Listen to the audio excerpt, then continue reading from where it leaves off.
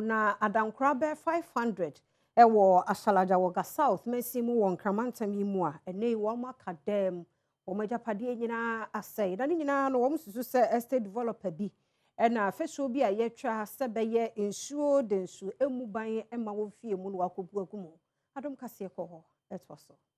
Insubrani etoye memenda ene kwasi ada sese wukopiemu ewo Ashalaja 3 October adan bese ahanum ena ensuo eyiri afaho enipa bese oha na sese waka wafiefie mu a wontimi MP wodi adesede eto nadmo adwumayeko no enim se adaroma mrameye wonum emmoa yamani boni ene omanfo atwetwe enkomo na wonkyiri mu a wodi tudwa ene se abrante bi a wo frene Kingsford wono ene ye estate developer woni asrafo ene namunti feso bi ananka wonum atwa ewo hono oba bebubu na wahyasie esi edan ewo asase ne so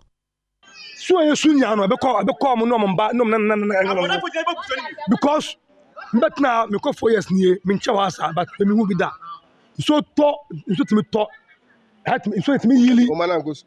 school never go school me say o school uniform me hu o books me hu bibi o wa me ya boy and demonstrate mo me boy since Saturday no I start yin nye be kra ni ada nyina ne je nyina hai enda nyina enda kra man tumi an ku school Saturday no Saturday da fe na me hu sensuo ni kose afi do anyume pie na ntu na sa 10 na ba senti Saturday ya nda ho be no ekoda no pe so la kitchen won nyina ye ma be bia ye menye be bia amfansi da edin pa edin